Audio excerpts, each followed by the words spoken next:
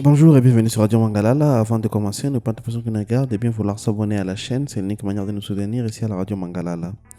Eh bien, l'ancien président de la République démocratique du Congo, Joseph Kabila Kabange, a engagé une procédure judiciaire aux États-Unis pour contester les sanctions financières prises à son encontre par le département du Trésor américain.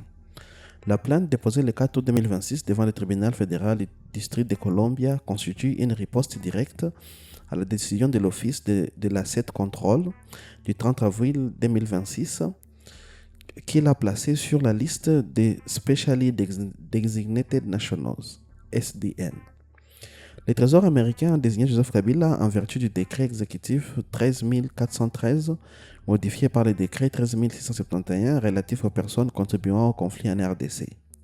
Selon le communiqué officiel de l'OFAC, l'ancien chef de l'État est accusé d'avoir matériellement assisté, parrainé ou fourni un soutien financier ou matériel ou technologique au mouvement du 23 mars et l'Alliance du fleuve Congo, la coalition politico-militaire associée. Les autorités américaines affirment précisément que Kabila aurait apporté un soutien financier à l'AFC afin d'influencer la situation politique dans l'est de la RDC, encourager des soldats des forces armées de la RDC à faire défection pour rejoindre les forces de l'AFC, tenter sans succès d'organiser des attaques contre les FARDC depuis l'étranger, œuvrer à placer un candidat opposé au président en exercice dans le but de regagner l'influence sur le gouvernement congolais.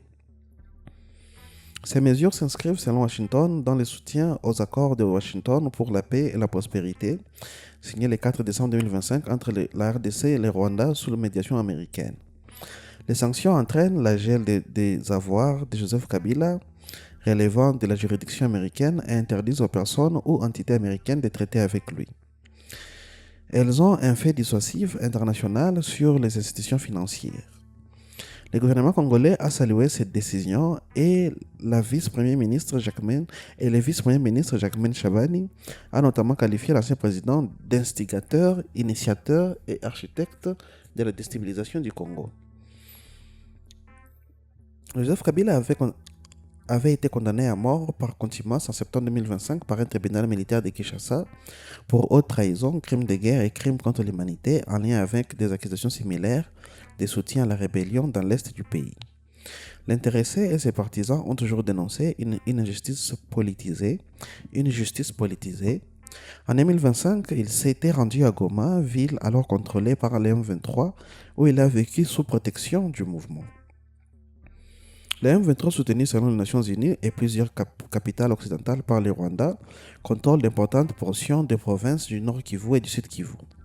Le conflit a provoqué des milliers de morts et des déplacements massifs de la population.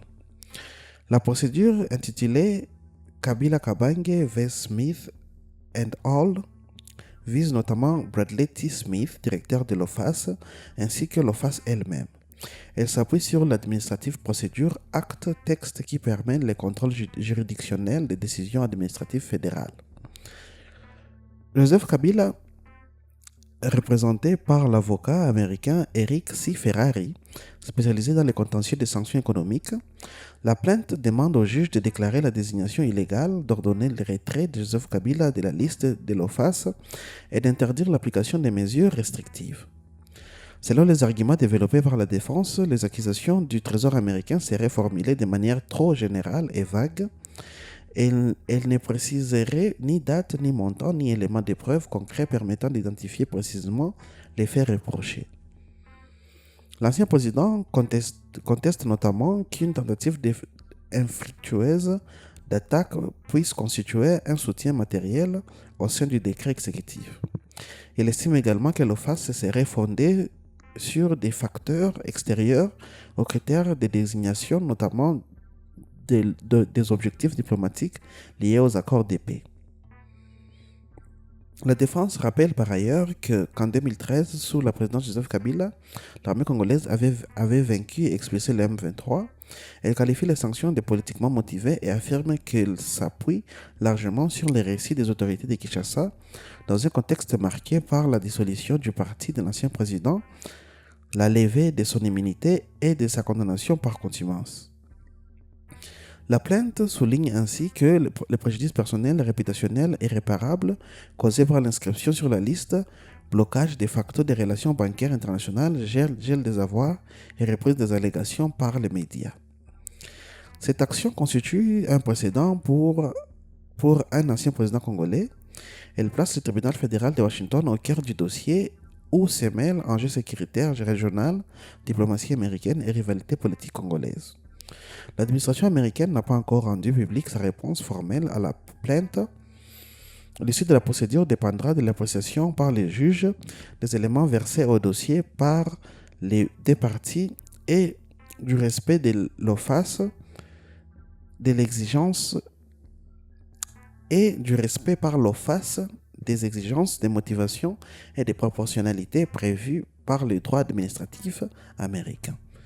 Eh bien, mesdames et messieurs, ça sera tout pour cet article réservé à la plainte déposée par l'ancien président M. Joseph Kabila Kabange dans une cour dans le district de Columbia aux États-Unis pour se défendre face à son admission sur la liste des gens qui ne doivent pas opérer économiquement aux États-Unis, qui ne doivent avoir aucun lien avec des entités économiques ou individuelles aux États-Unis et vice-versa. Eh bien clairement, l'ancien président cherche à avoir son nom retiré de cette liste-là. Pour la suite, on aimerait bien entendre vos points de vue dans la section commentaires s'il y avait des vrais motifs avec preuves qui expliqueraient son addition sur la liste, ou s'il mérite d'être retranché de ces noms-là. Pour la suite, restez connectés sur la radio Manga.